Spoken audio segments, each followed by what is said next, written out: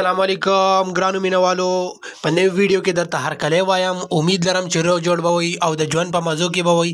نن در سره ویډیو کې شریک کوم چې کومه واقعه په مردان کې شوې ده چې یو جینۍ خپل د 3 میاشتو ماشوم قتل کړی دی.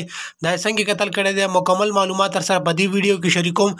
زموږ ویډیو در سره پوره وګورئ چې مکمل معلومات ورنوالئ او زموږ چینل در سره سبسکرایب کړئ چې زموږ کومه نوې ویډیو راځي چې هغه تاسو ته زر تر زره دررسي. او دې سره بل د ټلۍ نشان هم وایي چې تاسو د تازه خبرې نه زر تر زره خبرېږئ. تازه نیوز راغلی دی چې د مردان سره تعلق لرونکي یو جینۍ خپل بچی قتل کو.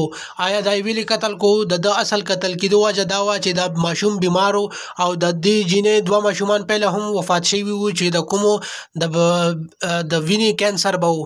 د هغې وجې نه جینۍ چې کله دا ماشوم وکتل او دا 2 ورځې نه بیمار و، نو چې د ده هم د بلډ کینسر به وي. دې وجې نه دا د جینۍ قتل کو او دی وی چې ماته حسینه چې د بچی ماته نور نقصان را ورسوي یا چې باندې دی جینۍ به د خپل زوی قتل کو. دا د 3 میاشتو ماشوم او دی د دې جینۍ تعلق د مردان تختبۍ سره او د 25 کالو جینۍ وه. د دې پهله هم 2 ماشومان شوي وو، په هغې کې هغه دواړو د بلډ کینسر بیماري وه چې په هغې وجې باندې هغه وفات شو.